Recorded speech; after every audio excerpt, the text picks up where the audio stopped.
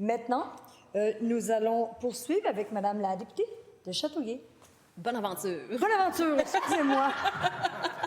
Merci. Vous savez tellement, merci. Merci beaucoup, Madame la Présidente. Bien heureuse de vous retrouver, heureuse de retrouver l'ensemble des collègues également. Reprendre le chemin de l'Assemblée nationale, c'est toujours un privilège. Alors, évidemment, ça me fait plaisir aussi de prendre la parole aujourd'hui à la suite du discours prononcé par notre premier ministre hier. Vous le savez, le Québec doit actuellement composer avec de grands défis sur plusieurs plans. Mais dans ce contexte-là, notre gouvernement ne se contente pas de réagir au jour le jour.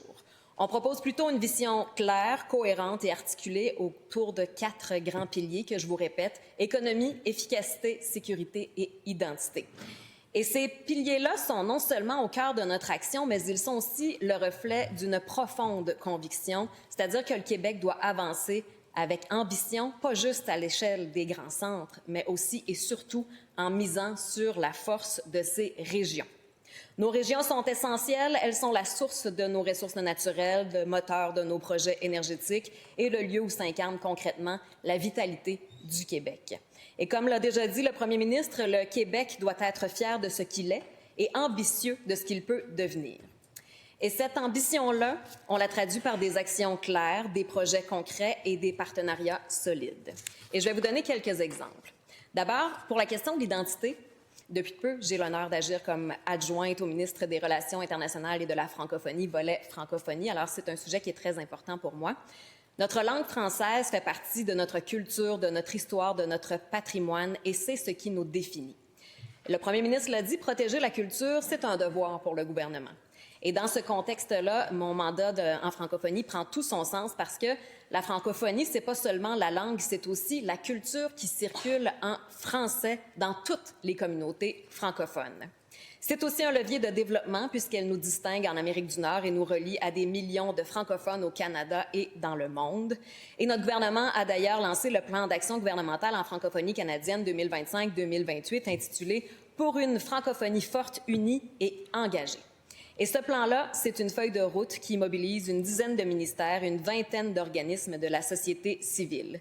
Et son objectif est clair, renforcer la coopération entre le Québec et les communautés francophones. Et concrètement, ce que ça signifie, c'est de soutenir les entreprises francophones et encourager les partenariats d'affaires en français, valoriser l'offre de biens et de services en français pour les citoyens et les visiteurs, développer des réseaux d'entrepreneurs francophones solides et dynamiques et former des travailleurs et des entrepreneurs pour que la langue française soit perçue comme une valeur ajoutée, un avantage compétitif. Et grâce à diverses initiatives comme l'organisation de missions commerciales ou d'événements qui valorisent l'entrepreneuriat francophone, les acteurs du milieu économique francophone au Québec et ailleurs au Canada sont encouragés à créer des liens d'affaires durables et en français. Alors, on veut démontrer que le français, c'est une langue d'avenir, d'innovation et de découverte. Et le plan d'action vise, entre autres, à donner plus de place à nos créations francophones. Parce que des francophones partout dans le monde écoutent nos artistes, lisent nos auteurs ou découvrent des festivals. Eh bien, quand ils font ça, ils contribuent à faire vivre cette identité commune. Alors, c'est un défi collectif. On a aussi signé en juin dernier 2 accords de coopération en matière de francophonie avec le gouvernement des Territoires du Nord-Ouest et le gouvernement du Yukon. Et la signature de ces accords va faciliter le partage des informations relatives aux questions qui touchent le développement et le renforcement de la langue française, la vitalité des collectivités francophones, les politiques publiques et l'offre de services aux citoyens, ainsi que les projets et initiatives d'intérêt commun pour la communauté francophone du Yukon et des Territoires du Nord-Ouest, et les Québécois et Québécoises, ainsi que d'assurer l'accroissement de la vitalité des sociétés civiles francophones et de la langue française sur leur territoire. Alors, ça nous permet de consolider notre identité comme un État francophone, pas seulement au Québec, mais à l'ensemble du Canada, entre autres choses. J'aimerais maintenant aborder peut-être un deuxième axe de notre plan. Malheureusement, Madame la députée de Bonaventure, je dois vous arrêter compte tenu de l'heure. Par contre, j'aimerais savoir si vous désirez poursuivre votre intervention lors de la reprise du débat.